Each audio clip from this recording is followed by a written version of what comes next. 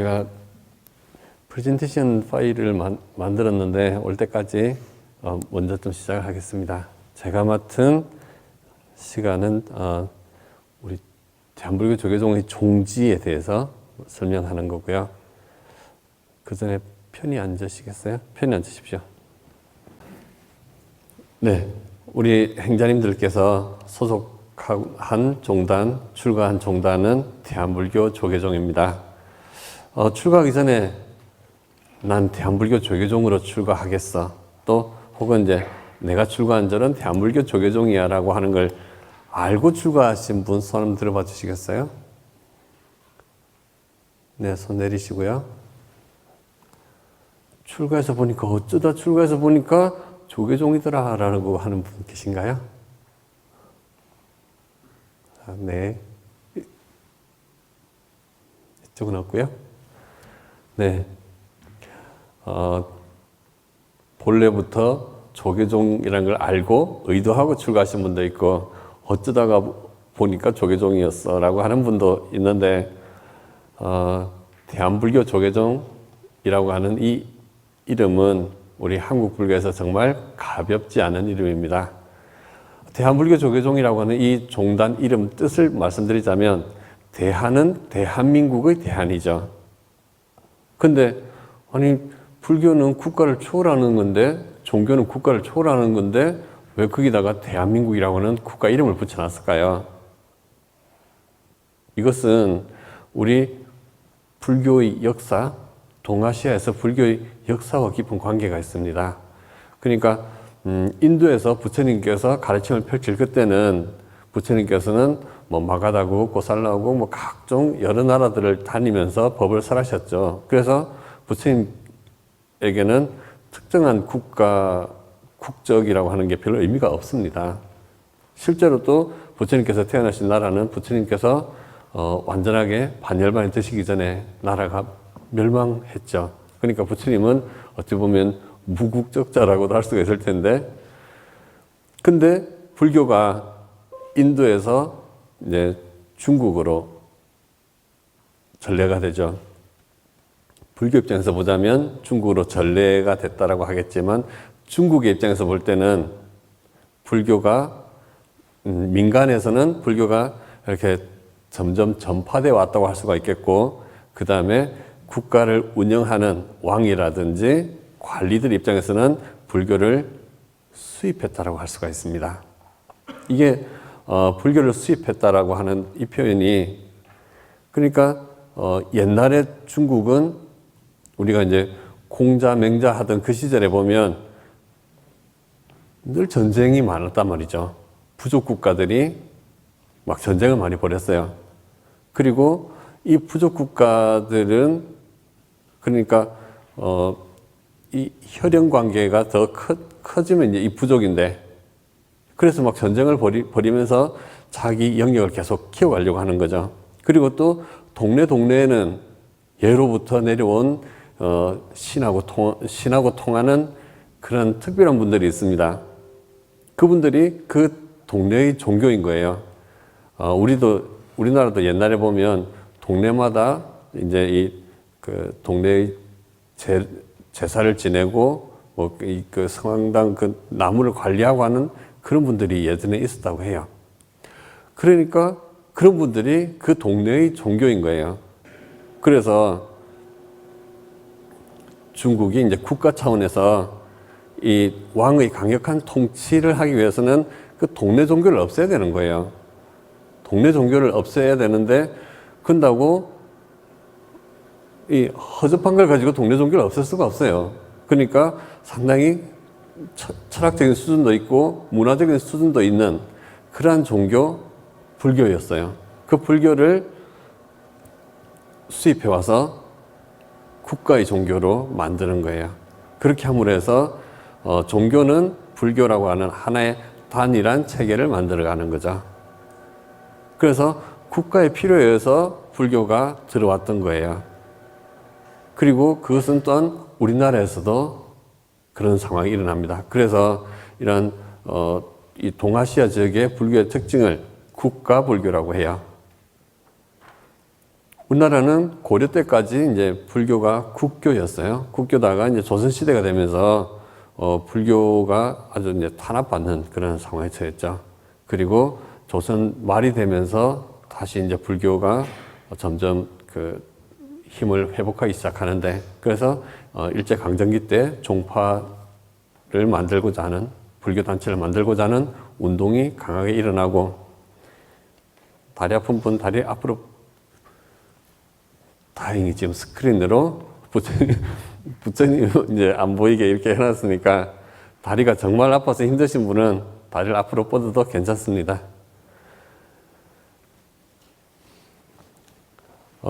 그렇게 해서 이제 우리나라도 이 정권의 차원에서 불교를 수용하게 돼요. 그래서 국가불교라고 하는 것이 이 동아시아 불교의 큰 특징입니다.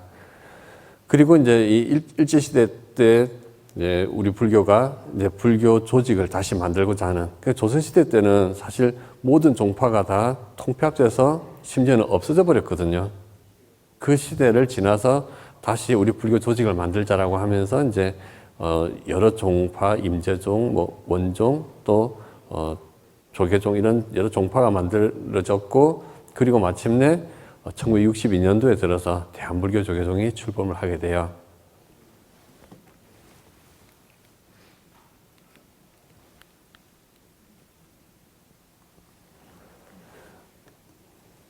그래서 그런 국가불교의 영향일 수도 있고, 또한 한편으로는 우리나라가 8.15 해방을 통해서 대한민국이 이제 출범하죠.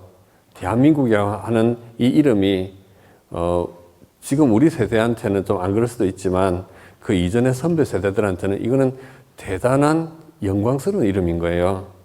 정말로 피땀 흘려서 찾은 이름인 거죠. 그래서 우리 모든 조직 앞에 우리는 대한민국의 뭐다라고 하는 이런 것을 드러내기를 좋아했고, 그래서 우리 종단에도 우리는 대한민국의 불교 종파다라는 뜻으로 대한이 들어갔다고 봅니다. 그 다음에 불교는 이제 우리가 하는 종교가 불교죠. 근데 제가 이제 불교에 대해서 3가지로 적었습니다. 부처님의 가르침, 부처 되는 가르침, 그 다음에 또 뭐죠? 네, 부처로 사는 가르침. 불교가 처음에 이제 석가모니 부처님께서 깨달음을 이루시고 제자들한테 이제 그 불교를 가르치던 그 시기를 이제 초기 불교라고 합니다. 그리고 그 초기 불교는 지금 그 스리랑카라든지 미얀마 이 지역에 아직도 많이 남아 있죠. 그래서 그때 그 불교는 부처님의 가르침에 따라서 열심히 출가 수행해서 아라한이 되는 것을 목표로 합니다. 그래서 이것은 이제 부처님의 가르침을 따르는, 그래서 불교라고 하는 것은 바로 부처님의 가르침인 거죠. 근데 불교가 그 이후로 점점 발전하면서, 교리적으로 발전하면서 기원 전후에 이제 대승불교가 출범하게 됩니다. 대승불교는 우리 모두는 다 미래의 부처다. 그러니까 우리는 지금 다 발심하고 지금 부처가 되는 과정에 있는 보살이다라는 거예요. 그래서 우리는 보살이라고 하는 것을 자각하고 보살행을 하자. 그러면은 나중에 부처가 될 것이다. 아라한은 자기의 고통을 해결하고자 하지만 이 부처는 한량없는 중생의 고통을 해결하고자 하는 사람이니까 우리는 더 마음을 키우자. 원력을 키워서 부처가 되자. 그래서 이제 부처가 되는 가르침인 거예요. 그리고 불교가 더 이제 교리적으로 발달하면서 우리 모든 존재는 다 본래 부처다. 본래 부처인데 다만 지금 우리가 본래 부처인 걸 보지 못하고 중생 노름을 하고 있다. 중생으로 살아가고 있는 것이다. 그러니까 중생 노름하는 이것을 딱 멈추기만 하면 그대로 부처로 살아가는 것이다 라고 하는 그런 관점이 등장하게 되는데, 우리 이제 선불교 같은 데도 보면 이런 관점이 다 바탕이 되어 있습니다. 그래서 부처로 살아가는 가르침, 이것이 또 불교라고 할 수가 있어요. 어쨌든 이제 불교라는 것에 대해서는 우리가 무엇이 불교인가 한편으로는 나는 어떤 불교를 할 것인가에 대한 이런 생각들은 우리가 평생 동안 갖고 가야 될 하나의 기준이 아닌가 생각을 합니다. 다음은 이제 조계종이라는 말인데요. 대한불교 조계종을 줄여서 그냥 조계종이라고 하는데, 근데 조계종이라고 할 때 그 조계라고 하는 말은 이것은 이제 중국에 있는 특정한 지역 이름이에요. 우리가 큰 스님, 어른 스님을 부를 때 이름을 바로 부르질 않고 법호를 부르거나 또 혹은 그 스님이 사는 지역을 부르거나 뭐 이런 경우가 많이 있습니다. 공부하면서 혹시 용성 스님이라고 들어보셨어요? 그 스님은 이제 독립운동 하셨던 스님이잖아요. 용성 스님. 근데 용성 스님은 그 이름을 길게 쓰면 용성 진종 이렇게 씁니다. 용성 진종. 그러면 진종은 뭘까요? 본명이겠죠. 용성은 뭘까요? 용성은 지역으로 남원을 말하는 거예요. 남원의 옛 이름이 용성이에요. 그러니까 그 스님이 남원 출신이라는 거예요. 우리 중국에 이제 뭐 유명한 스님 중에서 조주 종심, 조주 스님 들어보셨죠? 조주. 근데 중국의 저기 북경에서 더 위쪽으로 가면 그쪽에 무슨 동네인지는 이름은 잘 기억이 안 나는데 거기 가면 예전에 조주 스님이 그 주석하셨던 사찰이 있어요. 그 사찰에 보면 이제 그 현판에 천하조주라고 하는 표현이 있습니다.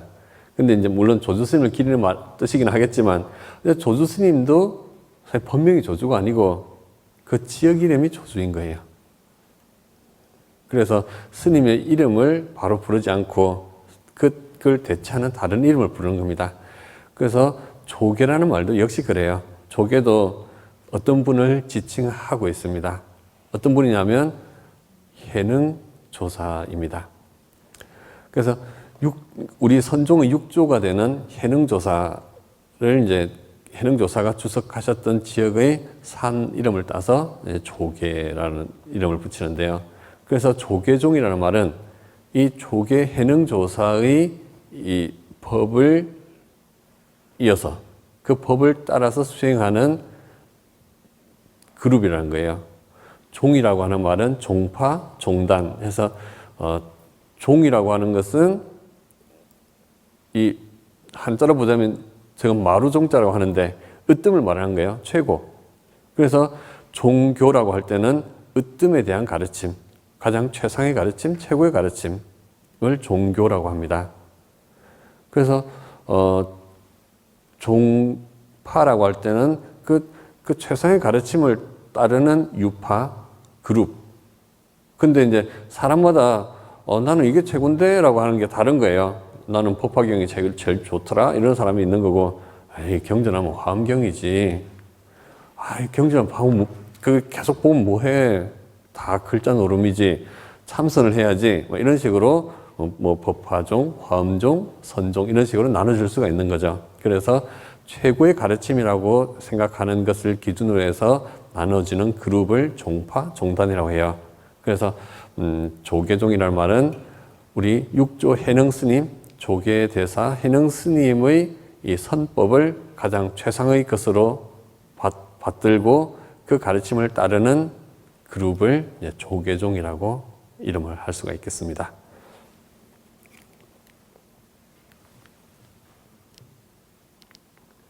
근데 조계 해능 스님은 그럼 어떤 분인지에 대해서 아마 또 우리 행자님들이 다른 기회로 또 많이 공부를 하실 때가 있겠지만 저는 조계종의 종지와 관련해서는 약간 선불교에 대한 설명이 조금 필요하니까 약간만 말씀드릴게요. 중국의 선불교의 초조는 보리달마 스님입니다. 그래서 이 보리달마 스님은 이제 인도 분인데 이제 중국으로 건너와서 선불교를 이제 펼치게 돼요. 그리고 달마 스님으로부터 법을 이어받은 제자가 해가 스님이에요. 해가 스님이 달마 스님으로부터 법을 잊기 위해서 이제 우리 그 절의 벽화에 보면 해가 스님이 칼로 자기 팔을 자르는 그런 벽화가 있기도 한데 혹시 보셨어요? 네, 단비구법, 팔을 잘라서 법을 구하다라는 뜻, 이제 그런 그림이 있습니다. 우리 행자님들은 팔 그까이 거, 양팔도 내가 오른팔, 왼팔 다 자를 수도 있겠어. 이런 생각이시죠? 네, 훌륭하십니다. 훌륭한지 잘 모르겠어요. 해가 스님은 이제 우리가 사찰 그림 속에서는 이 선종의 이제 이 전성 속에서는 법을 구하기 위해서 팔을 잘랐다라고 돼 있고 또 다른 기록 속에서는 이제 군인이었던 걸로 보입니다. 군인으로 군대 갔다가 이제 팔을 다쳐서 그래서 이제 고향으로 돌아왔는데 이제 상위 용사죠 말하자면. 근데 이제 그 전쟁을 치르다 보면 이 군인들은 전쟁의 기억이 이게 사라지지가 않는 정말 끔찍한 기억인 거예요. 혹시 람보라는 영화 들어보셨어요? 보신 분도 있어요? 그렇군요. 연세가 많으시군요. 네. 람보 1편에 보면 그 영화 마지막 부분에 람보가 그런 얘기를 합니다. 당신들한테는 전쟁이 끝났지만 나한테는 전쟁이 끝나지 않았어요.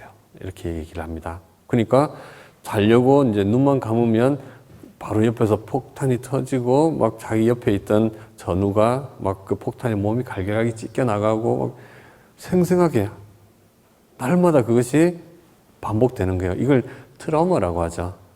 이 전쟁을 겪은 사람들이 갖는 트라우마를 특히 전쟁 트라우마라고 합니다. 아마 해가 스님도 그러지 않았을까요? 그래서 너무 고통스러운 거죠. 해결이 안 되니까요. 그것 때문인지는 몰라도 어느 날 해가 스님께서 달마 스승을 찾아가서 말씀을 합니다. 제 마음이 너무 괴롭습니다. 이거 어떻게 좀 해주세요 라고 하니까 달마 스님께서 그래? 너의 그 괴로운 마음을 갖고 오너라. 그래서 해가 스님이 그 괴로운 마음을 평소에 늘 자기를 짓누르고 있던 그 괴로운 마음을 스승님한테 갖다 바치기 위해서 마음을 찾으려고 하니까 도저히 그 마음이 찾아지지가 않는 거예요. 마음이라고 하는 거는 대상화될 수가 없는 거거든요. 그리고 또 우리가 뭐 초기 불교 아비달마 같은 걸 보면 한 찰나에는 하나의 마음만 있는 거거든요. 어쨌든 마음을 찾을 때는 찾는 마음은 있는 것이지 찾는 마음과 찾아지는 대상으로서의 마음이 따로 있는 것도 아니고 또 나를 괴롭게 하는 이 괴로운 마음이라고 하는 것이 언제나 변하지 않고 그 자리에 어떤 형태로서 있는 게 아니란 말이에요. 그래서 해가 스님이 달마 스님한테 제 마음을 찾으려고 해도 찾을 수가 없습니다 라고 하니까 달마 대사께서 내가 이미 편안하게 하였다 이렇게 말씀하시죠. 그때부터 이제 우리 중국 선불교의 특징을 안심법문, 마음을 편안하게 하는 안심법문이라고 이제 표현을 합니다. 어쨌든 그렇게 해서 이제 쭉 이어져 내려오다가 이제 그 해가 스님의 제자는 또 이제 승찬 스님이죠. 승찬 스님은 신신명이라는 글로 잘 알려져 있는 분이고, 신신명은 특히나 이제 그 첫 구절 지도문안 유혐간택 단막증의 통연명백이라고 하는 그 16글자, 그 글자가 그 전체의 가장 핵심이다 이렇게 말해주는 건데요. 한편으로 보자면 그것이 또 불교의 핵심이고 선불교의 핵심이기도 한 겁니다. 지도문안 유혐간택 들어보셨죠? 아까 제가 우리 교육원의 연수국장 스님한테 약간 코치를 받았어요. 행자님들이 마곡산을 갔다 오셔서 피곤할 겁니다. 그러니까 아예 재우셔도 괜찮습니다. 그래서 제 목소리가 도저히 참을 수 없어. 난 눈을 감고 싶어. 이런 분은 살짝 감아도 괜찮습니다만은 떴다 감았다는 하지 마시고 네, 노선을 분명하게 해주세요. 그래서 지극한 도는 어렵지 않다. 오직 간택이라고 하는 것은 가려서 선택하는 거예요. 이건 좋아, 이건 나빠. 이렇게 분별한 다음에 그것을 갖고 버리고 하는 이 마음이죠. 그래서 그것을 다만 꺼리는 것이니 단막증에 좋아하고 싫어하는 그런 분별만 없다면 통연명백이다. 그래서 명명백백하다. 그 자체로 이미 다 명백한 것이다 라는 거예요. 그러니까 분별만 떠나버리면 이미 그 자체로 다 대도는 이루어져 있는 것이다. 이런 것이 이제 이 신시명 앞구절의 내용입니다. 제가 이렇게 말해도 하나도 기억 안 날 거예요. 그래서 우리 행자님들이 나중에 오래오래 공부하시면서 혹시나 제 말이 기억나거든. 그때 그 말 좀 틀렸네. 디테일이 떨어지네. 이렇게 행자님들이 말할 수 있으면 더 좋겠습니다. 그리고 이제 도신 홍인을 거쳐서 육조 해능 스님으로 가게 되는데요. 네, 5조 홍인 스님 밑에 이제 어느 날 나이든 행자가 한 명 찾아옵니다. 나이든 행자가 한 명 찾아오는데 그 행자는 이제 그러니까 우리 같은 행자겠죠? 나이든 행자는 이제 되게 나이가 안 든 사람은 이제 15살 뭐 이전에 출가한 사람이 나이가 안 든 사람일 거고 지금 여기 뭐 몇 분 안 그런 분도 있겠지만 우리는 대부분 다 저도 이제 30대 출가를 했거든요. 그러니까 되게 우리는 다 이제 우리 조계 해능, 육조 해능 조사처럼 그렇게 나이 든 행자라고 할 수가 있겠어요. 그래서 이제 홍인 스님을 찾아간 거예요. 그래서 이제 그 밑에서 행자 생활을 합니다. 근데 이제 처음에 갔을 때 홍인 스님이 이제 물어봤어요. 뭐 하러 왔냐? 이러니까 부처님 법을 배우러 왔습니다. 그러니까 너는 저기 키도 조그맣고 얼굴도 까무잡잡한 것이 저기 보니까 저 남쪽 지방 사람이구나. 그 동네는 오랑캐들인데 오랑캐가 무슨 불교를 공부한다고 그래. 이렇게 하니까 이 행자가 우리 행자님들하고 좀 다른 부분이에요. 사람이 사는 데는 동서남북이 있겠지만 불성에 어찌 동서남북이 있겠습니까? 이렇게 얘기를 하는 거예요. 행자님들 그렇게 하면 또 혹시 이제 참여받을 수도 있어요. 어쨌든 그렇게 하니까 뭐라? 요놈 봐라? 이렇게 하면서 이제 너 가서 저기 방앗간에 가서 일이나 해라. 이러면서 이제 울력을 시켰어요. 그리고 이제 이 홍인 스님께서 틈틈이 이제 공부를 하고 있는지를 점검을 하고 이제 그렇게 하셨던 거죠. 어느 날 이제 홍인 스님께서 그때 이제 건물 회랑에 그림을 그리려고 하다가 그림을 그리려고 이제 하얗게 칠을 해놓고 그랬는데 그림을 그리려고 하다가 잠시 다른 생각을 하셨습니다. 당신 제자들한테 자기가 그동안 공부한 내용을 여기다가 한번 드러내봐라. 그리고 그 중에서 제일 훌륭한 사람을 내가 뽑아서 나의 후계자로 삼겠다. 이렇게 하셨어요. 그러니까 이제 대중들은 다들 딱 한 사람을 바라봤어요.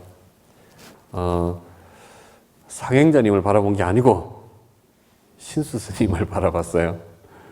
우리한테는 신수 스님이 있잖아. 신수 스님이 최고인데 신수 스님이 다 하실 걸 당연히 저분이 후계자인데 우리가 거기다가 무슨 글을 하겠어. 이러면서 스님 어서 쓰세요. 이렇게 하니까 이제 신수 스님이 그래 나밖에 없단 말인가. 이러면서 이제 거기다가 이제 글을 쓰셨어요. 몸은 몸은 보리의 나무고 마음은 맑은 거울의 깃털이다. 그래서 날마다 닦고 또 닦고 그렇게 해서 때가 묻지 않게 하라. 이렇게 이제 글을 적었죠. 그러니까 이제 그 스승 5조 이제 홍인 스님께서 그걸 보고는 아주 훌륭하다. 그러면서 그 모든 스님들 보고 니네들 이거 다 외워라 이렇게 한 거예요.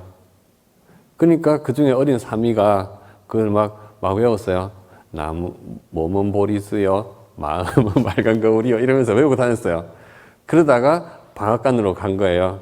그 방앗간에 늙은 행자가 그 노래하는 걸 듣고 그것이 뭔 소리요? 그러니까 여차여차 해가지고 벽에다가 그걸 쓰라고 했는데 우리 신수 스님께서 몸은 보리수요 하면서 이렇게 쓰셨다고 이렇게 얘기를 하는 거예요. 그러니까 이제 그 행자가 그럼 나도 좀 생각이 있는데 나도 거기다 해도 될란가요? 그러니까 무슨 행자가 뭘 거기다 글을 적어? 갑자기 이제 우리 행자님을 대하는 위에 이제 사미 스님 모드로 행자가 무슨 글을 적어? 이렇게 하는데 이제 부탁을 합니다. 저는 글도 모르니까 글까지 적어 주세요. 이렇게 해서 이제 거기다가 이제 적은 글이 보리는 본래 나무가 아니요. 맑은 거울도 틀이 따로 있지 않네. 본래 한 물건도 없거늘 어디에 때가 끼겠는가. 이렇게 이제 글을 적습니다.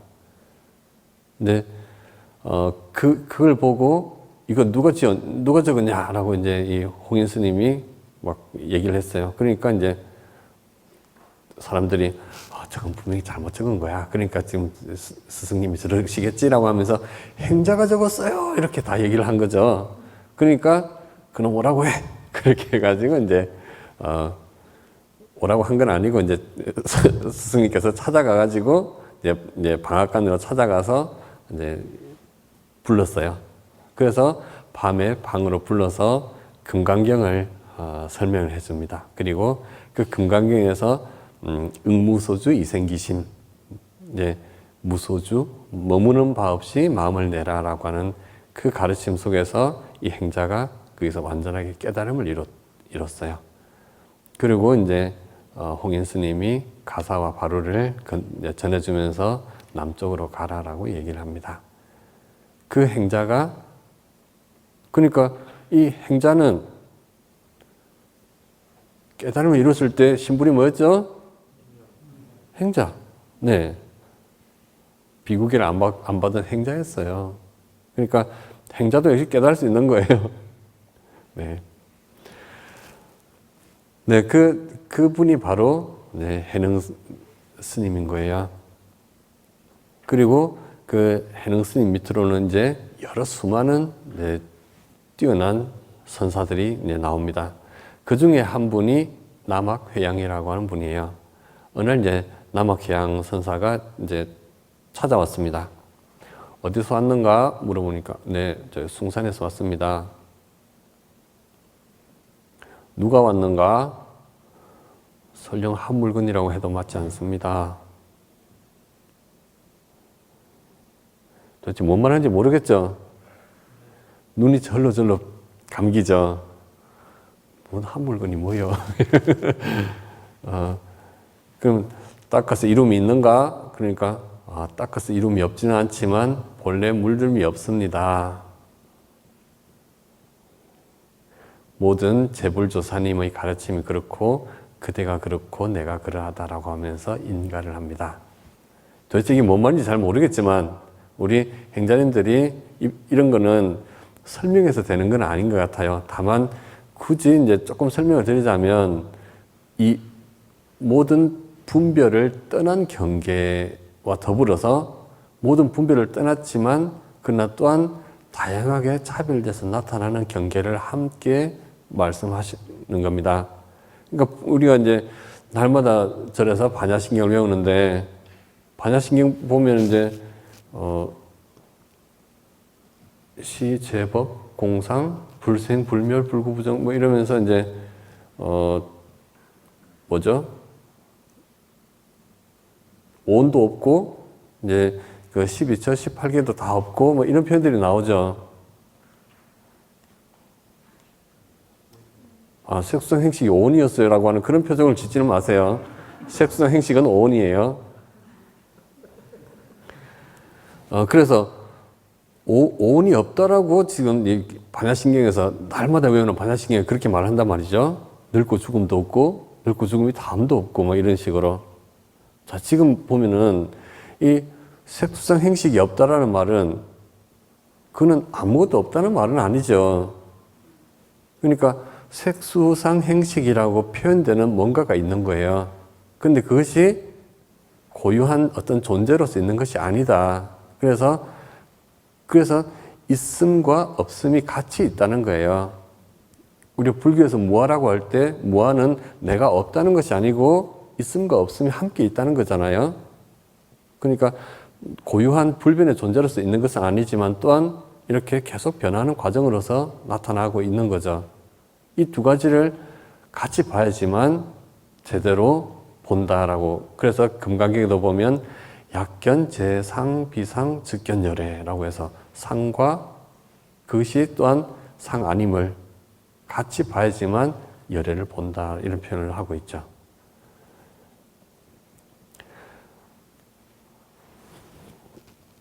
네, 그렇게 해서 이제 마조 스님을 인가를 했고, 이제 마조 스님 아니죠. 그러니까 남학해양 스님이 인가했고, 남학해양 스님 밑에 여러 제자들이 있지만 그 중에 한 제자가 마조 도일 스님이에요. 마조 스님은 이제 어느 날 참선한다고 다 이렇게 좌선을 하고 있으니까, 스승님이 옆에서 이제 그걸 보더니 이렇게 하면서 기왓장을 갖고 와서 옆에서 갈기 시작하는 거예요. 기왓장, 절에서 기왓장은 다 보셨겠지만 기왓장 갈아본 적 없으시죠? 기왓장 갈면 무슨 소리 날까요? 버걱버걱 하겠죠. 도저히 시끄러워가지고 좌선을 하고 있을 수가 없을 거예요. 그래서 스승님은 참 내가 이렇게 잘 되는 이 꼴을 못 보는 것인가? 이러면서 이제 스승님 지금 뭐 하세요? 이렇게 하니까 보면 모르냐? 내가 지금 이 기왓장을 갈아서 거울 만들려고 그런다? 아니, 그 기왓장을 간다고 그것이 뺀질뺀질한 거울이 되겠냐고요? 그러니까 그 스승께서 니는 그러면 그렇게 앉아있으면 네가 부처가 될 것 같냐? 그러시는 거예요. 그러니까 제자가 기막히 하니까 하는 말이, 스승께서 하시는 말씀이, 야, 수레가 안 가면 수레를 때려야 되냐, 소를 때려야 되냐. 그 말에 마조 스님이 내가 공부를 상당히 잘못했구나라고 하는 걸 이제 느끼게 됩니다. 어쨌든 이제 그런 이 과정을 통해서 마조 스님이 이제 성장해 갔고요. 그리고 그 마조 스님한테 또 여러 훌륭한 제자들이 있었는데 그 중에 한 제자가 서당 지장이라고 하는 제자가 있었어요. 그리고 그 서당 지장 스님 밑에 우리 신라에서 유학 갔던 스님들이 거기서 이 선불교를 배워서 우리나라에 들어오게 되는데 그 중에서는 도의국사, 홍적국사 같은 분들이 거기에 이제 있습니다. 그리고 그분들이 우리나라에서 이제 선불교를 시작하게 돼요. 그래서 우리 조계 해능조사의 선법은 이 남학회양, 마조도일, 서당지장을 통해서 우리나라에 이어지는 겁니다. 그래서 이분을 우리 조계종의 종조라고 표현하고 있습니다. 그러니까 우리 조계종이라고 할 때 이 조계종이라는 이름이 갖고 있는 뜻은 바로 우리 종단은 선불교를 지향한다는 뜻을 갖고 있어요. 선불교를 지향하고 그 선불교 중에서도 바로 조계 해능 스님의 선맥, 그 선풍, 이걸 따른다라는 거예요. 그 다음에 종은 아까 말씀을 드렸고요. 이건 제가 아까 이제 질문했던 거죠. 원래 조계종으로 출가를 한 거냐, 아니면 어쩌다 조계종이었냐? 네, 한 분께서는 어쩌다 조계종이었습니다. 괜찮습니다. 자, 그러면 두 번째 보면 이제 유명한 사찰, 우리가 잘 아는 유명한 사찰들, 제일 유명한 사찰이 어딜까요? 행사 경자님이시죠? 행사, 통도사, 송광사, 조계사, 도선사, 수덕사. 아까 어디 갔다 오셨죠? 마곡사, 불국사. 이 절들의 특징은 뭐죠? 다 조계종 소속이죠. 왜 이 유명한 절들이 다 조계종 소속일까요? 물론 다는 아니에요. 최근에 이제 만들어진 그 단양 구인사, 서울의 이제 관문사, 부산의 삼광사 이런 절은 조계종 소속은 아닙니다만, 오래된 유명한 절들은 99%가 다 조계종 소속이에요. 왜 그럴까요? 꼭 대답 안 해도 돼요. 자, 그 다음에 가장 역사가 오래된 종단은 어느 종단일까요?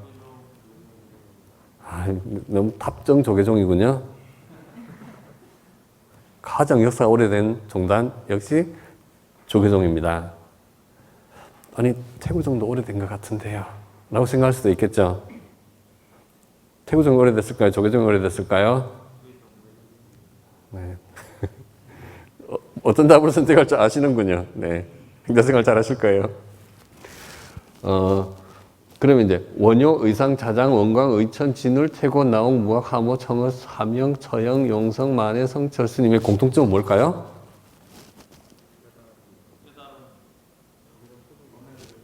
조계종 선배라고 하면 안 될까요?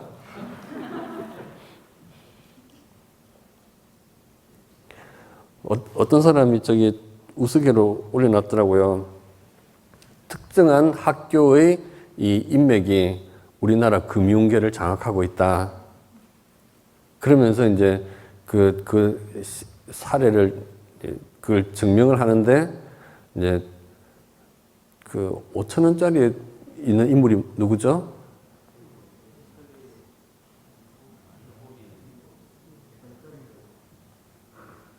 (5,000원) 태계 이황이죠.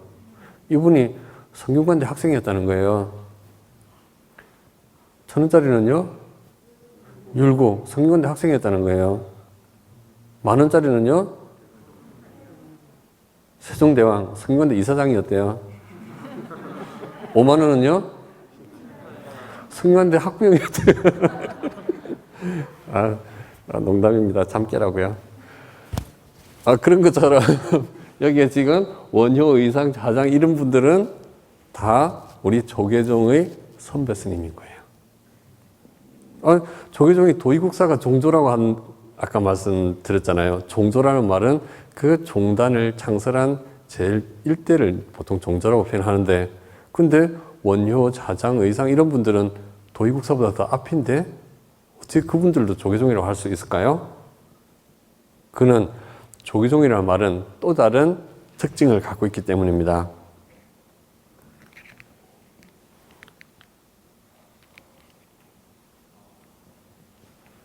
이건 눈 떠도 안 보이죠? 네. 조계종이라는 말이 갖고 있는 또 하나의 특징은 한국 불교의 모든 것을 통합한 종단으로서, 한국 불교 전통 교단으로서 조계종이 있는 거예요. 그래서 1962년도에 대한불교 조계종이 출범할 때, 그때 한국 불교의 모든 역사, 유형, 무형의 자산을 다 통합해서 대한불교 조계종으로 출범을 하게 됐습니다. 그리고 대한불교 조계종으로 출범했다가 그 중에 일부가 우리는 같이 못하겠어라고 하면서 갈라져 나간 종파가 태구종이에요. 그러니까 태구종은 조계종보다 역사가 아주 짧죠. 왜냐하면 조계종은 모든 한국 불교의 역사를 다 통합해서 조계종이니까, 그 소수리망 때 한국 불교가 시작될 때부터가 다 조계종인데, 근데 태구종은 1962년 통합종단 출범 이후에 별도로 새롭게 만들어진 종파니까 아주 이제 신생 종파인 거예요. 그러니까 달리 말하자면 한국 불교는 조계종인가 조계종이 아닌가 이렇게 말할 수가 있어요. 그 말에 내가 행자생활 하던 그 옆에 보니까 한국 불교 선조계종이 있더라고요. 그런 거 말고요. 뭐 일심 조계종, 뭐 대승 조계종 이런 조계종 말고, 그런 거는 다 그런 건 다 빼놓고 얘기하자고요. 그런 점이 그시기하니까. 그러니까 전통 교단으로서 조계종인가 아니면 신흥 종단인가 한국 불교 이렇게 나눌 수가 있는 거예요. 그리고 이 전통 종단으로서의 대한불교 조계종은 아까 말씀드린 것처럼 우리가 익히 알고 있는 그러한 큰 스님들 다 우리의 조계종의 역사 속에 들어와 있는 선배 스님들인 거죠. 그리고 또 역사적으로 형성된 그러한 큰 대찰들, 오래된 역사적인 사찰들이 다 조계종을 구성하는 사찰인 겁니다. 그렇기 때문에 조계종은 한국 불교의 모든 것이라고도 말할 수가 있겠어요. 그런 조계종으로 출가하셔서 행자생활 하시는 것을 축하드립니다.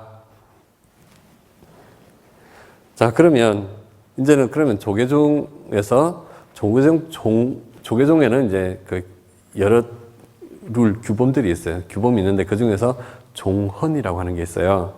우리 대한민국에 헌법이 있는 것처럼 우리 종단에는 종헌이 있습니다.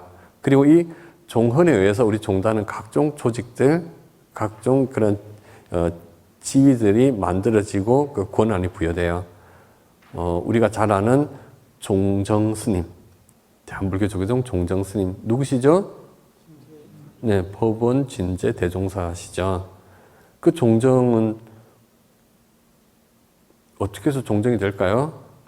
종헌의 종정이라고 하는 지위를 설정해 놓고 어떻게 선출을 하는지를 정해 놨기 때문에 종정이 되실 수가 있습니다.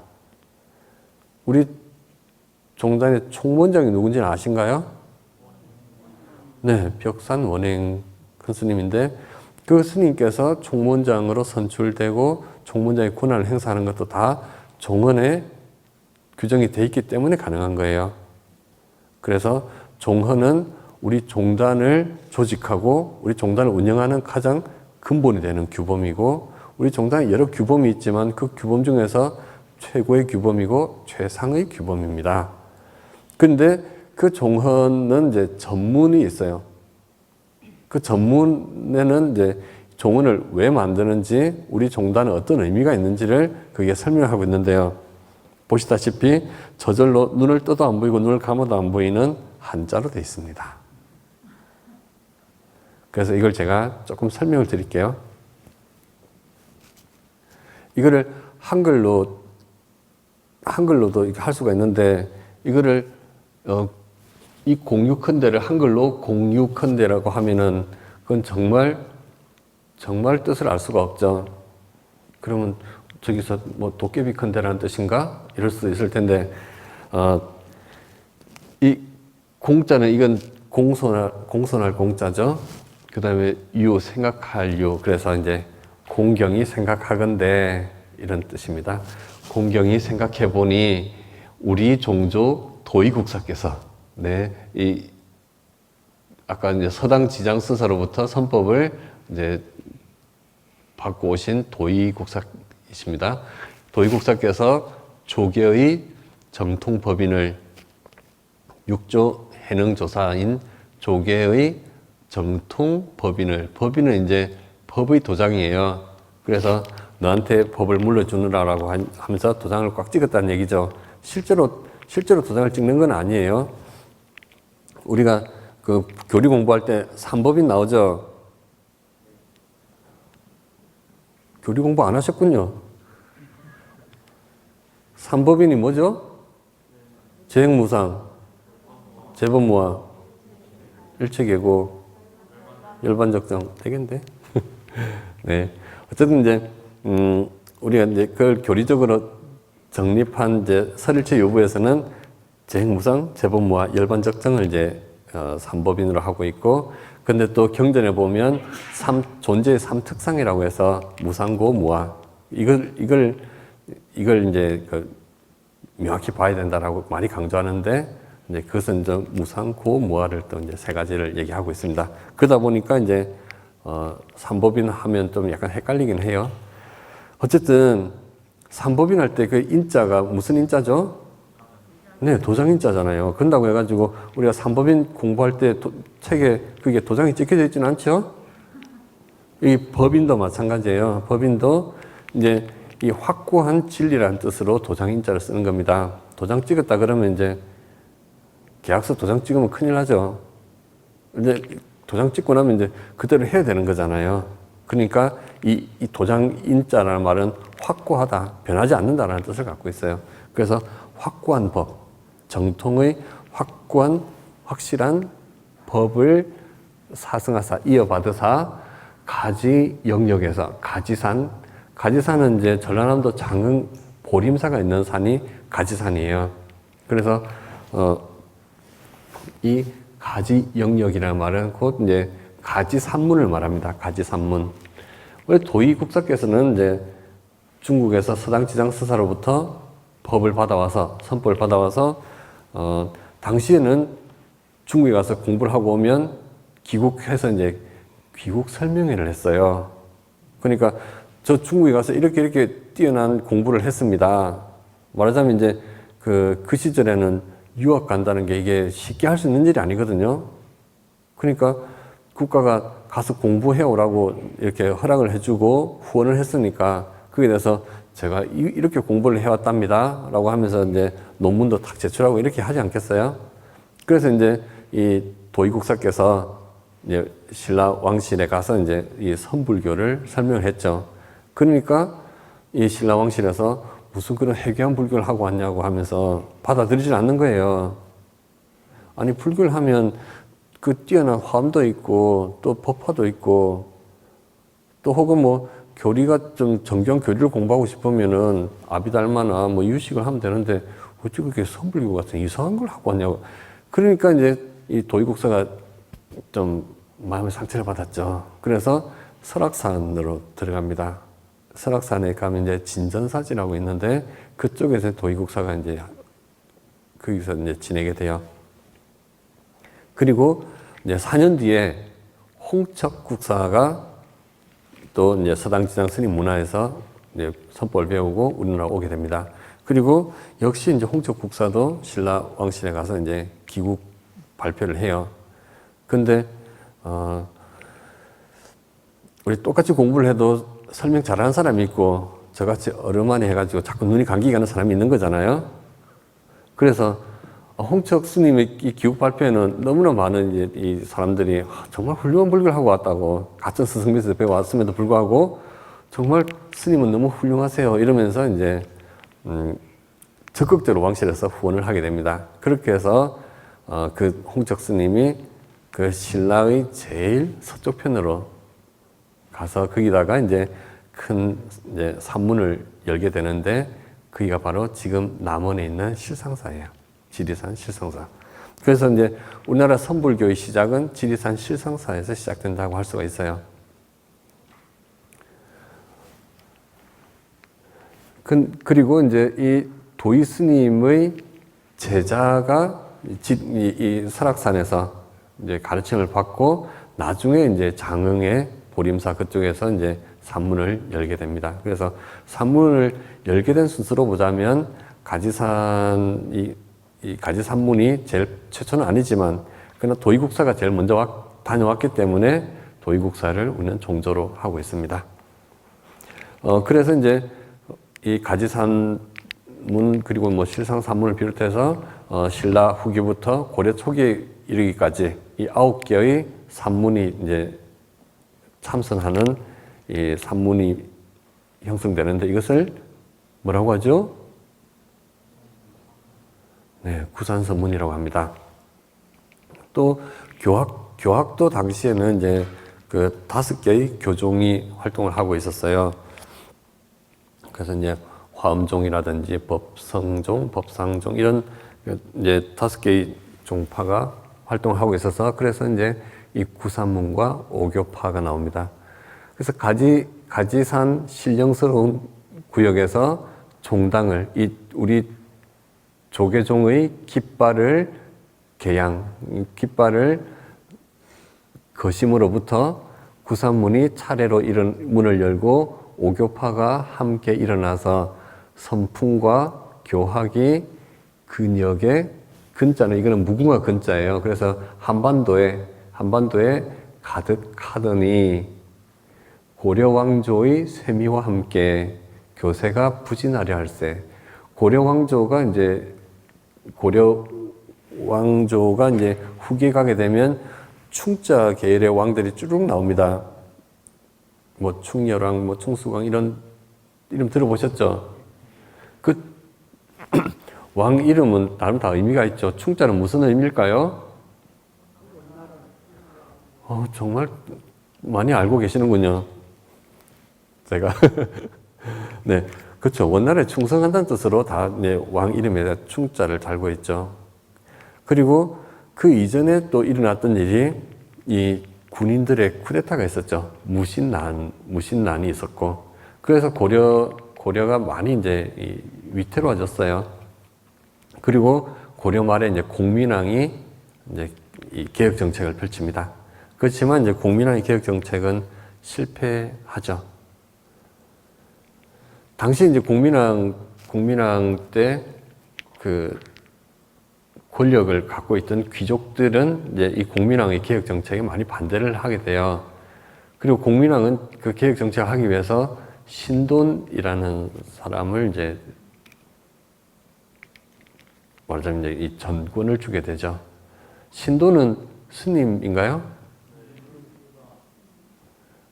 근데 아닌 것 같더라고요. 신돈은 환속하고 나서 쓴 이름이 신돈이래요. 그러니까 출가했을 때 이름은 다른 이름이 있고 이제 자기가 이제 정치에 관여를 하면서는 이거는 스님이 계속 이렇게 해서는 안 된다라고 하면서 이제 환속을 하고 그때부터 이제 신돈이라는 이름을 쓰게 됩니다. 그래서 이제 이 신돈의 개혁 정책은 당시 귀족들하고 이제 정면으로 부딪히게 됐어요. 당시 귀족들 중에서 우리가 잘 아는 사람도 있습니다. 황금을 보기를 돌같이 하라. 누구죠? 최영장군 아버지가 그랬대요. 그 최영장군 아버지는 왜 그런 말 했을까요? 황금이 돌처럼 많으니까 그러겠죠. 최영장군은 굉장히 이제 고려 후기에 뛰어난 장군입니다. 뛰어난 장군인데, 근데 고려 후기에 가면 민중들의 삶은 굉장히 피폐해지고 이런 귀족들의 삶은 그렇지가 않았던 거예요. 예를 들자면은 당시에 막 그 가뭄이 들고 해가지고 막 백성들이 굶어서 그 시체가 들판에 깔려 있는데 거기를 이제 이 가병을 데리고 사냥을 나갔던 사람이 최영장군이에요. 근데 최영장군은 그래도 썩 괜찮은 사람이 들어갔거든요. 그러니까 그냥 권세를 누리는데 집중했던 이 귀족들은 어떻게 했냐고요. 근데 그런 귀족들의 힘을 뺏어야 된다라고 주장한 것이 이제 이 신돈이었어요. 그러다가 이제 이 반발에 부딪혔고 결국에는 이제 신돈이 죽임을 당하고 이어서 공민왕도 죽임을 당하고 그러면서 이제 고려가 망하게 됐죠. 그 과정에서 불교적으로 신돈하고 아주 강하게 대립했던 분이 태고 보우스님입니다. 그래서 이제 태고 국사께서는 여러 종파를 다 포괄해서 조계의 단일종을 공칭하시니 당시 이제 이 여러 이제 선을 표방하는 여러 이제 선문들이 있었어요. 그래서 이것들을 다 모아가지고 우리 그냥 다 조계종으로 이렇게 하자라고 이제 이렇게 표방을 하셨던 거예요. 그리고 이제 나름 우리 태고 보국사께서도 고려 불교의 좀 그 회복을 위해서 노력을 하셨지만 결국에는 이제 고려 불교는 더 이상 회복을 하지 못하고 이제 고려 왕조와 더불어서 이제 쇠퇴하게 됩니다. 저는 그런 생각을 해요. 고려 시대 때 불교 우리는 이제 절에 사는 입장에서는 이제 우리 선배 스님들을 욕하고 싶지 않은 거예요. 그래서 그래도 그렇게밖에 할 수 없는 이유가 있지 않았겠어라고 이제 이렇게 생각을 한단 말이죠. 근데 잘못한 건 좀 잘못했다고 인정하는 것도 이것도 대단한 용기겠다라는 생각이 들기도 해요.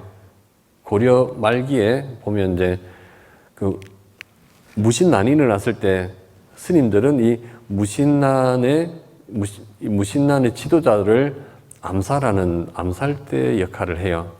우리는 불살생 하려고 이제 스님들의 삶의 기본은 불살생인데도 불구하고 암살을 하기 위해서 손에 칼을 쥐었어요.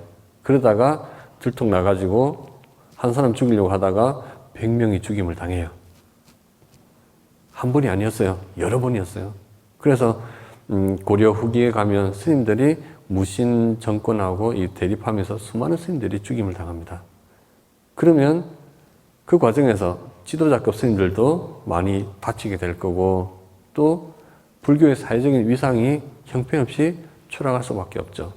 불교가 권력이 된 거예요. 불교가 권력이 됐는데 쿠데타로 무신들이 올라오니까 기존한 권력을 지키기 위해서 스님들이 이 문신들의 칼잡이가 돼가지고 이렇게 하다가 스님들이 다치게 되는, 그러면서 고려 불교가 아주 허약해지고 위기 상황으로 몰리는 이런 상황들이 있었던 거예요.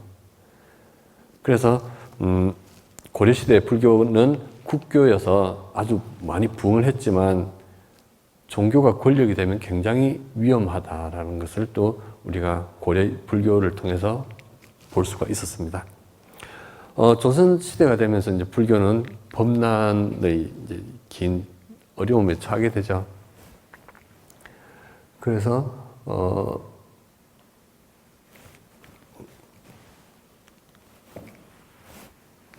우리 종단은 조선조 500년의 폐불회석, 이 불교 탄압의 정치적 범난에도 굴하지 않고 현사의 해명을, 신락 같은 이 해명을 말하자면 깨달음의 이 법을 이어오면서 정해쌍수와 이사무해를 제고하며, 정해쌍수, 이거는 예전에 국사책에서 어디 본 것 같기도 하죠. 누구는 정해쌍수고 뭐 하면서, 정해쌍수가 무슨 뜻이죠?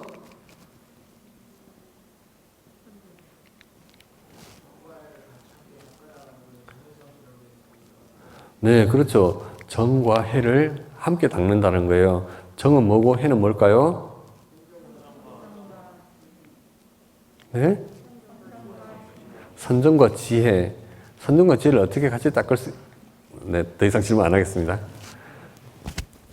그 수행법으로 보자면,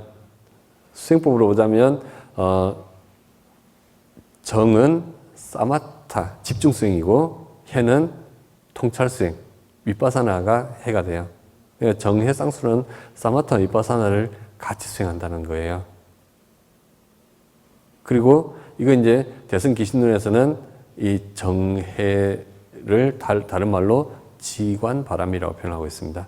그러니까 정해, 지관, 또 육조 단경에도 역시 정과 해를 함께 닦는다는 표현이 들어가고 있어요. 그래서 정해 쌍수란 말은 곧 선불교의 수행 요체라고 할 수가 있습니다. 우리가 이제 특히 간화선이라고 하면, 간화선 할 때 이제 그 화두산매 이런 표현을 쓰잖아요.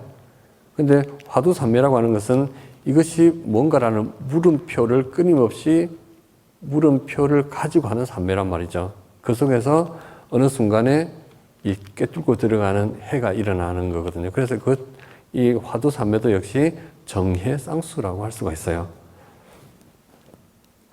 그리고 이사무해라는 말은, 이거는 이제 화엄에서 나오는 말인데, 이치와 현상에 걸림이 없다라는 말인데, 원래 이 화엄에서 이사무해라고 하는 것은, 이는 우리가 부처님의 법이죠. 연기법이고, 그래서 이 연기의 법은 이 개별 현상마다 이 걸림없이 다 이 법이 융통한다는 겁니다. 근데 우리가 이제 이렇게 이사무해라고 종문에서 표현한 것은, 이는 이판, 사는 사판이라는 뜻으로 이제 좀 쓰인 것 같아요. 그래서 이제 이는 뭔가 진리를 참고하는, 경전을 공부하거나 이제 참선을 하거나 이런 걸 통해서 뭔가 공부를 해가는 스님을 이제 이라고 표현했고, 사는 주지를 본다든지 총문의 총국장을 본다든지 이런 식으로 이제 사죠. 그래서 이것을 걸림없이 넘나들면서 공부하면서 일하고 일하면서 공부하는 이런 정신으로 한다는 겁니다.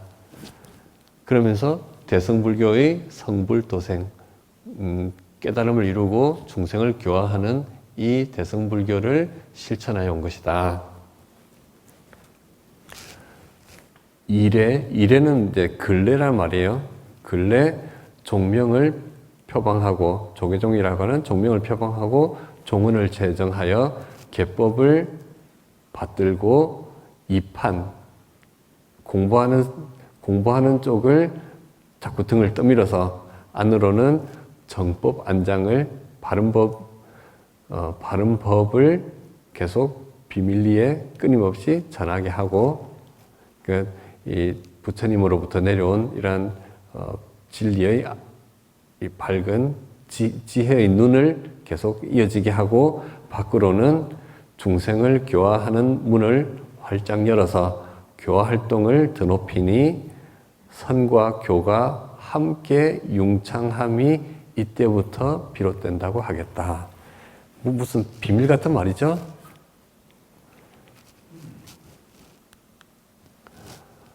8.15 광복 후 교단의 청정과, 그러니까 좀 전에 근래 종명을, 우리 종단 이름을 이제 표방하고 하는 이것은 지금 일제시대 때 이제 조계종을 말하는 겁니다.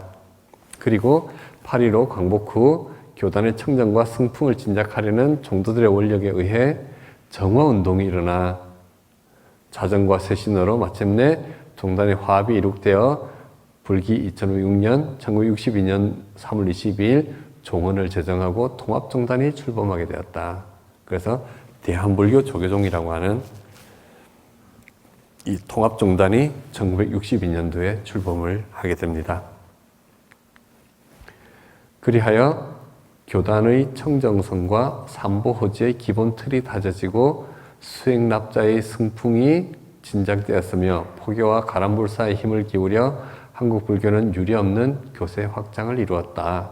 그 후 교단에 닥친 몇 차례의 범난을 극복하고 종단 개혁에 대한 종도들의 여망에 부응하여 개혁회의가 1994년도에 출범하게 되었다. 이 종헌의 전문은 언제 처음 만들어졌을까요?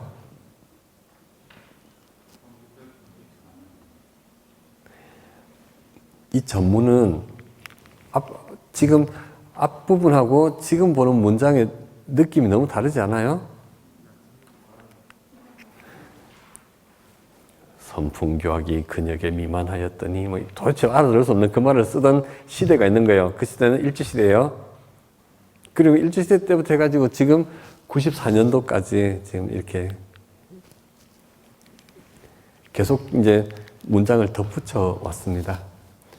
이에 개혁회의는 종단 개혁에 필요한 각종 조치를 취하고 불법이 중생을 교화하는 만대의 지침이 되며 교단이 수행과 전법의 영급의 기단이 되도록 종언을 개정하였으니 종도 대중은 민족 통일과 문명 사이의 새로운 흐름에 대비하고 종언의 큰 뜻을 받들어 실천하여 이 땅의 불의를 만구에 빛나게 하고 삼보를 법계에 유전케 하라.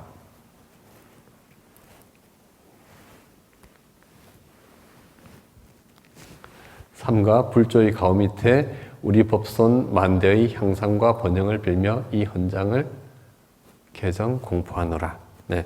그래서 이것이 이제 종언 전문인데 이 종언 전문에는 아주 간략하게 막 함축됐지만 우리 종단의 역사를 담고 있습니다. 그 다음에는 이제 그 종헌 각 조항에서 지금 제가 맡은 시간은 이제 우리 조계종 종지의 이해인데요. 지금 그래서 이제 종헌 앞부분에 보면 우리 종단에 대한 개요가 좀 담겨져 있습니다. 종헌 제1조 종명이라고 하는 이거는 그냥 제가 붙인 거예요. 원래는 없습니다. 본종은 대한불교 조계종이라 칭한다. 우리 종단은 대한불교 조계종이라 부른다. 우리 종단은 신라 도의국사가 창립한 가지산문에서 기원하여 고려 보조국사의 중천을 거쳐 태고 보우국사의 재종 포습으로서 조계종이라 공칭하여 이후 그 종맥이 면면이 끊어지지 않고 이어진 것이다. 그래서 이제 태고 보우국사가 우리 조계종의 중흥조고 종조는 이 도의국사고 그 다음에 불일 보조국사 송광사와 인연이 깊은 이 불일 보조국사는 우리 종단의 중천조라고 합니다. 그래서 우리 종단을 다시 한번 이제 중흥시킨 양대 산맥이 이 불일 보조 그리고 태고 보호국사라고 할 수가 있고 또 이분들보다도 더 또 역할을 한 분들 있긴 있는데요. 이제 제2조가 보면 종지입니다. 우리 종단은 석가세존의 자각, 각타, 각행, 원만한 근본 교리를 봉체하며 직지인심, 견성성불, 전법, 도생함을 종지로 한다. 이건 다 외우고 계시죠? 벌써 조기 학습을 하셨군요. 행자님들 이거 다 외우셔야 돼요. 이거 시험에 잘 나와요. 비국에 받을 때까지 시험에 나옵니다. 그러니까 꼭 외우세요. 석가세존의 자각각타 각행원만한 근본 교리를 봉체하며 직지인심, 견성성불, 전법, 도생함을 종지로 한다. 자각각타는 뭐죠? 자각은 자기가 깨닫는 거고 각타는 다른 사람을 깨우치는 거고, 그러니까 이걸 다른 말로 하자면 자리이타. 자리라고 우리 이제 불교 용어에서 자리이타, 자기를 이롭게 하고 남을 이롭게 한다라고 할 때 그 이로움을 무슨 그 주머니에 용돈을 찔러준다든지 혹은 밥을 사준다든지 이런 거 아니거든요. 거기서 이롭다라고 하는 것은 궁극적인 이로움, 곧 이 깨달음을 통해서 모든 번뇌를 끝내는 그 성부를 말하는 거예요. 그래서 자리이타. 지금 이 자리이타는 뭐가 자리이타냐? 지금 이 근본 교리가 자리이타의 근본 교리라는 말이에요. 그리고 각행원만. 각행원만은 각과 행의 원만이에요. 각은 깨달음이죠. 아는 거예요. 행은 실천이죠. 이거를 우리가 이제 대웅전에 가면 각은 문수보살, 행은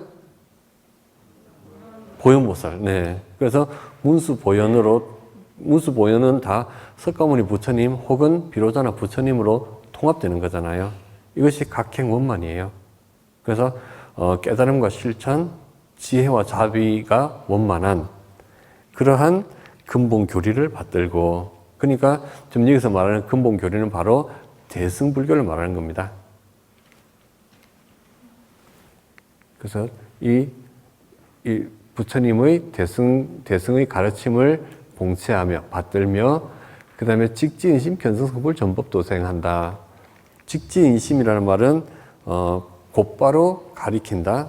사람의 마음을 곧바로 가리킨다. 그래서 곧바로 가리킨다는 말은 방편을 쓰지 않는다는 말입니다. 이런저런 여러 방법을 쓰고 사탕발림을 하고 이러지 않고 바로 마음에서 마음으로 바로 그 마음을 드러낸다라고 하는 그런 뜻에서 우리 선종 선사 중에 어떤 분은 나는 방편을 쓰지 않고 마음을 그대로 드러낸다, 이런 말씀을 하신 게 있는데 바로 그것이 이 직지인심입니다.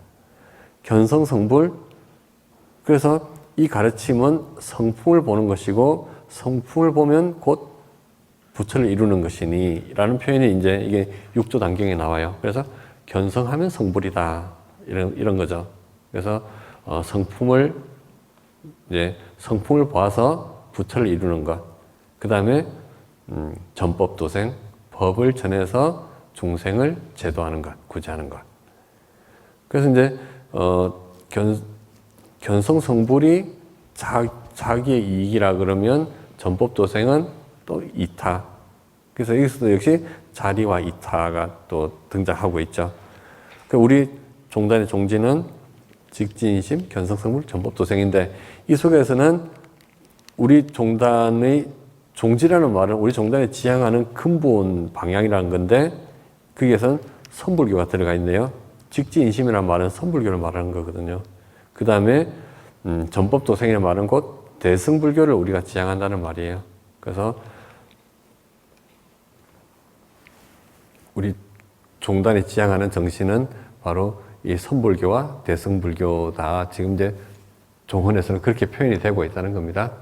그 다음에 소위경전. 우리 본종의 소위경전은 금강경과 전등법으로 한다. 그래서 소위경전의 말은 우리 종단이 가장 중요하게 생각하는, 우리 종단이 스님들이 기본적으로 의지하는 그런 경전이 금강경이라는 겁니다. 이거는 이제 5조 홍인 조사로부터 6조 해능 조사께서 금강경을 받고 거기서 완전한 깨달음을 성취했기 때문에 그때부터 이제 이 금강경이 우리 종단에서는 가장 중요한 경전으로 되는 겁니다. 그리고 이제 전등법원은 여러 이제 선종의 큰 스님들께서 법을 전하는 법을 말합니다. 계획에 불승이 있습니까? 라고 할 때 무라고 하는 그런 게 이제 전등법어가 되죠.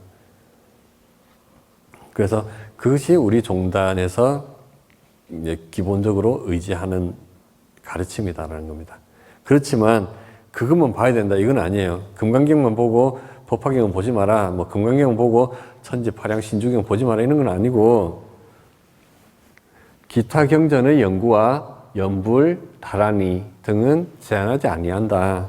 그래서 우리 소위 경전은 금강경과 그 다음에 이제 이 선사들의 이 전등 법어이지만 그러나 다른 경전을 본다든지 또 다라니 수행이나 연불 수행하는 이런 것들을 제한하지 않는다. 그래서 여기서는 이제 우리 조계종이 선을 중심에 놓으면서도 그러나 또한 교학과 더불어서 다양한 밀교까지 포괄하는 그러한 통불교의 전통을 갖고 간다는 의미를 담고 있습니다.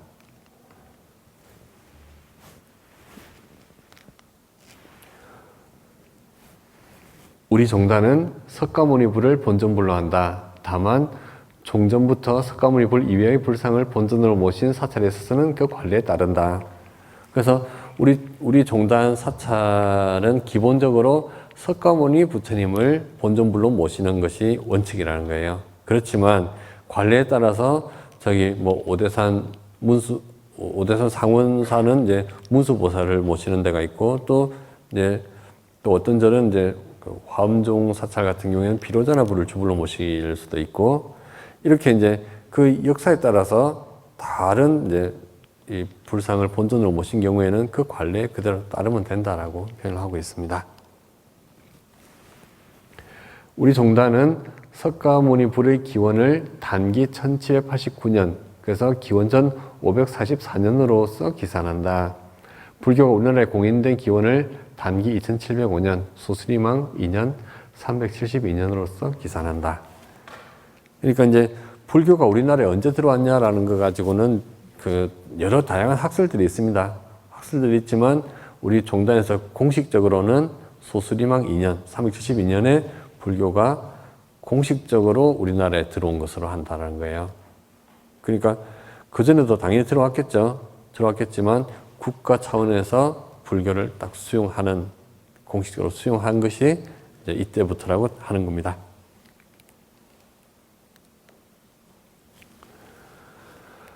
종조, 우리 종단은 신라 헌덕왕 5년에 조계 해능조사의 증법선이니까 이제 해능조사, 그 다음에 누구였죠? 빨리 잊어버리셨군요. 남학회양, 마조도일, 그 다음 여기 이름 적혀 있어요. 서당지장 선사에게서 시민을 받은, 마음의 법인을 받은 도의국사를 종조로 하고 고려의 태고 보국사를 중흥조로 하여 이하 청허, 부휴, 양법맥을 기획에 승승한다. 청허 스님 혹시 이름 들어봤어요? 청허 스님을 다른 이름은 뭘까요? 서산대사죠. 청허휴정 스님입니다. 청허휴정 스님은 임진왜란 때 그때 이제 함께 일어나서 창을 쥐고 칼을 쥐고 이 위난으로부터 이 백성을 구하자 이렇게 권기를 하자고 했던 분이고, 그리고 이 부휴 선수 스님은 그게 어떻게 이게 출가 수행자의 길이냐라고 하면서 반대를 했던 분이에요.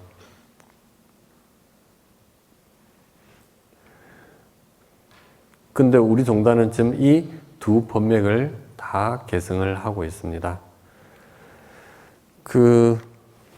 뭘 하다 보면 꼭 딴소리 하는 분이 있긴 있죠. 근데, 상황으로 보자면, 지금 이제 이 국토가 이렇게 유린당하고, 어제 절에 기도 올렸던 분이, 그분 아들이 오늘 전쟁터 나가서 이제 거기서 죽임을 당했다더라. 이런 그 고통들, 그거를 어떻게든지 좀 다스려주기 위해서 스님들이 이 싸움터로 나가는 이걸 이해 못할 바는 아니에요. 그렇지만 또 한편으로 그것은 불자의 길이 아니다라고 하는 이것도 역시 화가 난다고 이제 주먹 쥐는 게 그것이 어떻게 출가의 길이냐라고도 할 수 있는 거잖아요. 이러면은 갑자기 출가의 길은 좀 힘들었던 거구나 이런 생각 갑자기 드는 분도 계실지 모르겠어요. 그럼 싸우면 안 된다는 거야?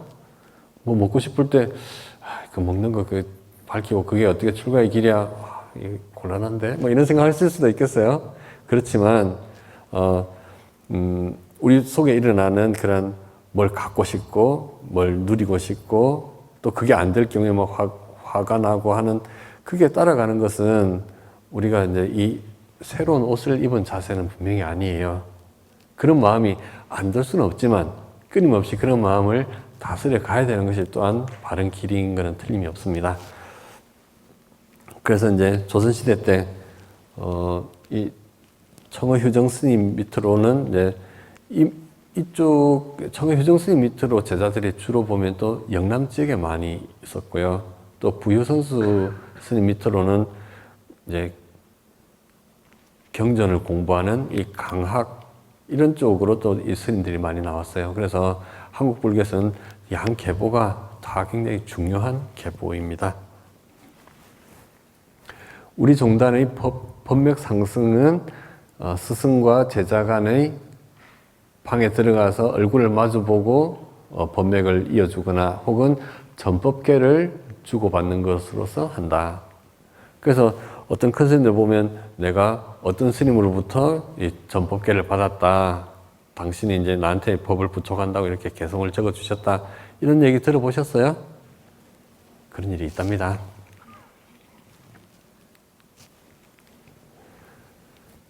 우리 종단은 승려와 신도로서 구성한다. 그래서 승려는 비구, 비구니, 신도는 우바세, 우바이 이렇게 이제 이름을 부르고 있습니다. 이 부분이 좀 약간 낯설죠. 승려는 비구, 비구니라는 말은 많이 들어본 말일 텐데 우바세, 우바이라는 말 우리 잘 안 쓰는 말이잖아요. 어떻게 쓰시죠?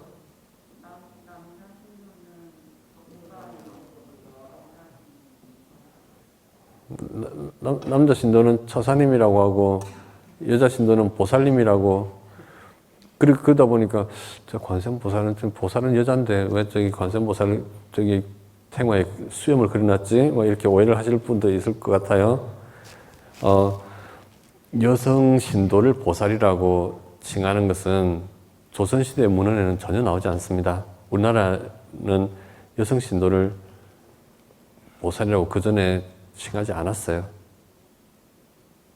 근데 이제 나중에 후대가 이제 문헌을 조사하다 보면 이제 대한민국 때는 여성 신도를 보살이라고 했네라고 할 수도 있겠어요. 왜냐하면 우리가 어떤 보살님 하면은 그런 기록들이 다 남게 되잖아요.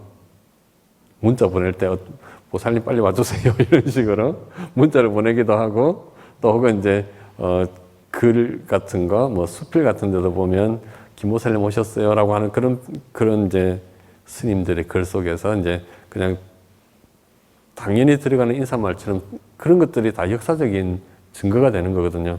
그러니까 조선시대에는 그런 증거가 없어요. 조선시대는 여성을 보살이라고 부르지 않았습니다. 근데 지금은 이제 여성을 보살이라고 부르니까 우리 대성에서는 부처의 길을 가는 사람은 다 보살이고 그래서 이쪽도 분명히 다 보살인데 보살님 이렇게 하면 이게 무슨 소리야 이렇게 되는 거잖아요. 그죠?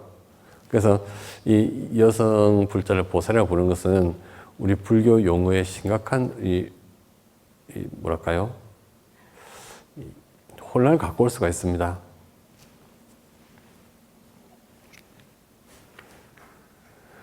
아무튼 이제 이 승려와 신도로 구성하는데 그럼 행자님은 어디 들어가 있을까요?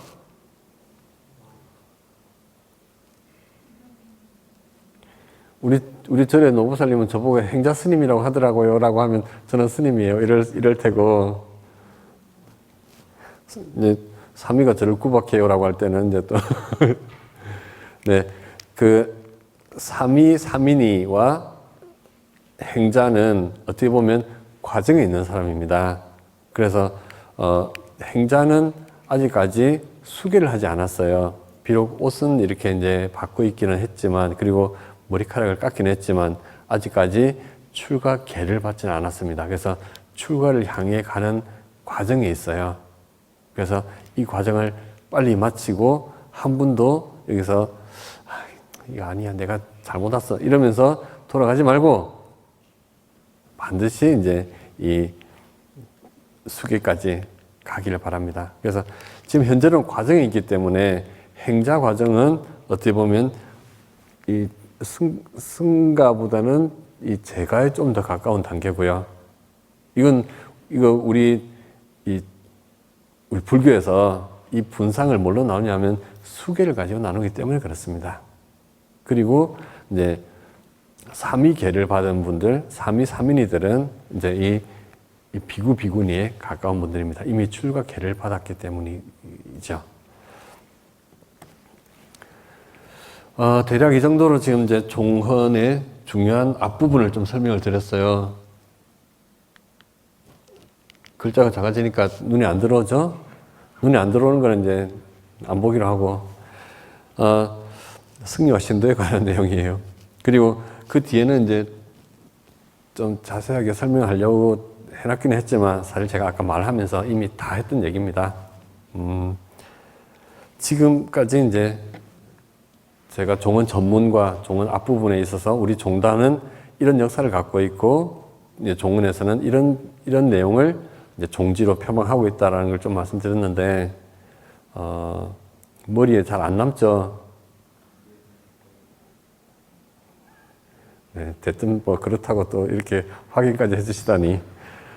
귀가 두 개 있는 이유는 한쪽 귀로 듣고 한쪽 귀로 흘리라고 뭐 두 개라고 합니다만은, 이 종헌은 우리가 조계종의 종도로 살아가는 동안에는 어쨌든 이 종헌의 규정에 따라서 우리가 출가하고 또 공부하고 소임을 보고 다 이렇게 하는 거예요. 그러니까 종헌은 꼭 숙지를 하셔야 돼요.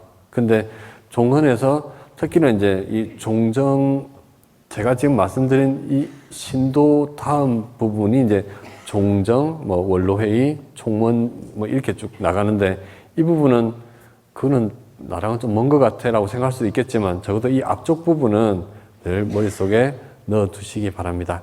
혹시 질문할 게 있으면 질문해 주십시오. 대개는 강의 끝날 무렵에 이제 질문하라고 그러면 내가 질문하면 공공의 적이 되겠지라고 생각하면서 질문 안 하시는데, 제가 5시까지 한다고 했어요. 그러니까 아직 10분 시간이 있습니다.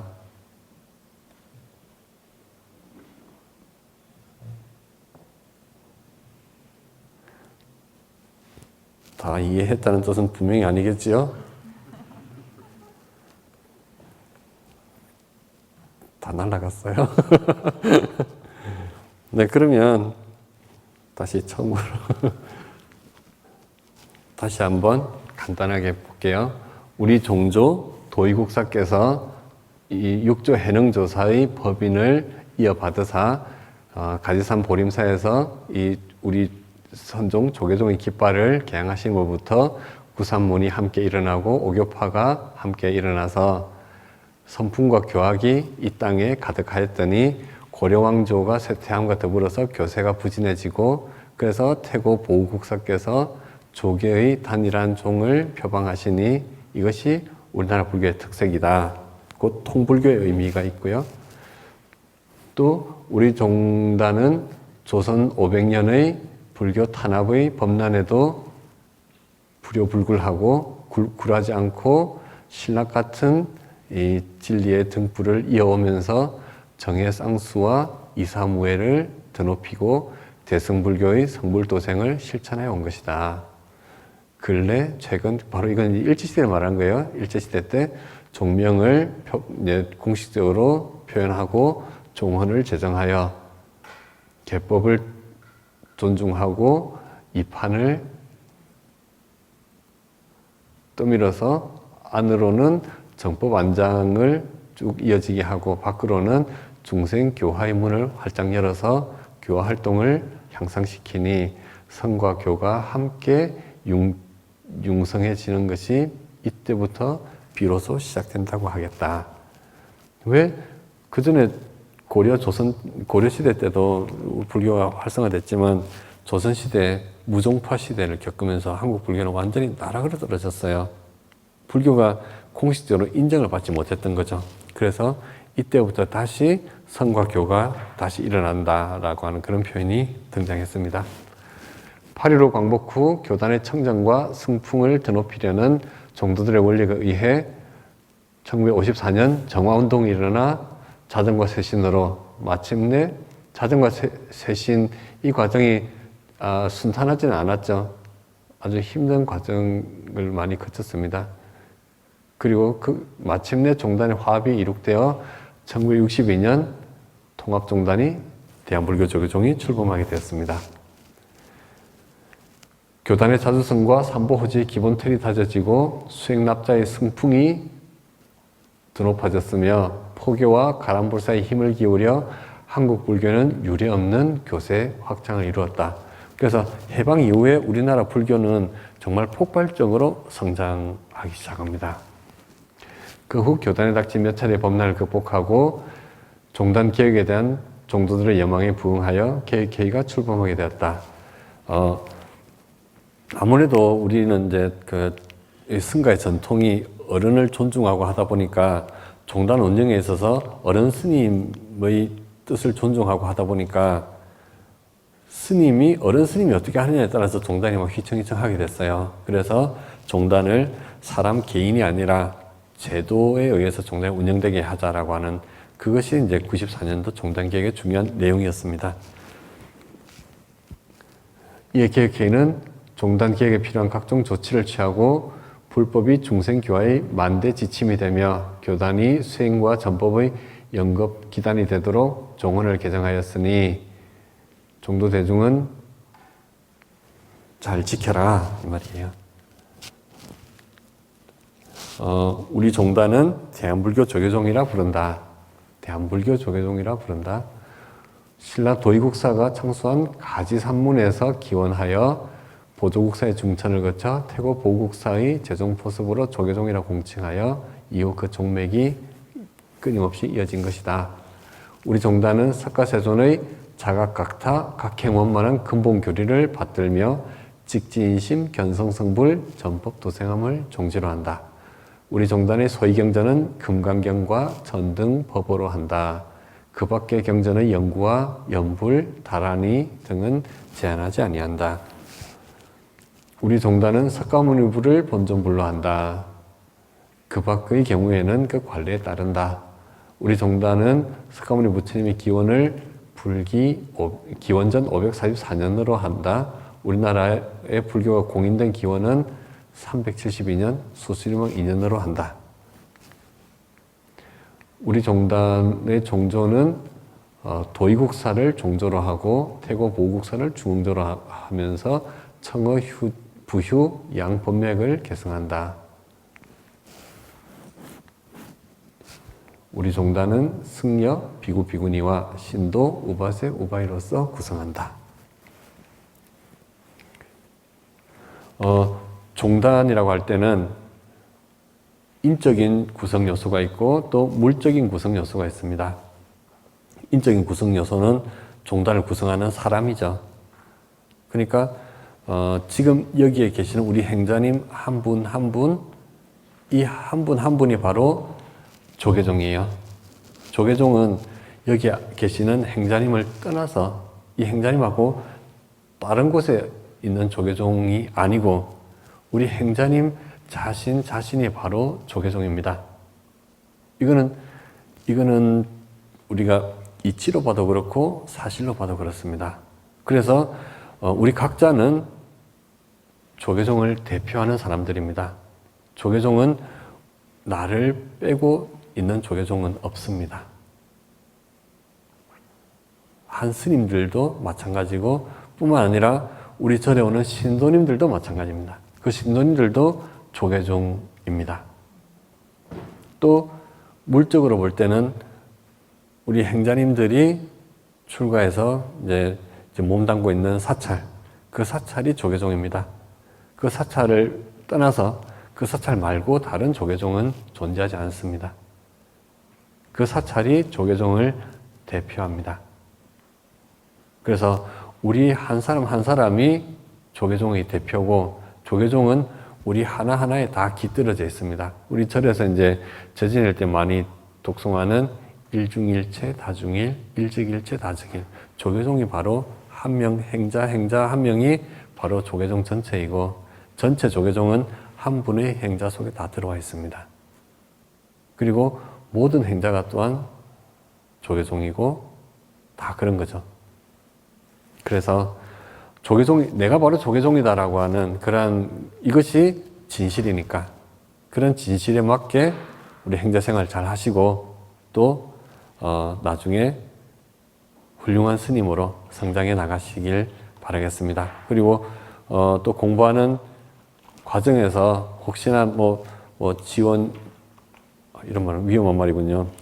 그래도 혹시나 도움이 필요하면 네, 총무원 총무부로 오시면 힘 닿는 대로 도와드리겠습니다. 네, 오늘 긴 시간 강의 들으시느라 수고 많으셨습니다.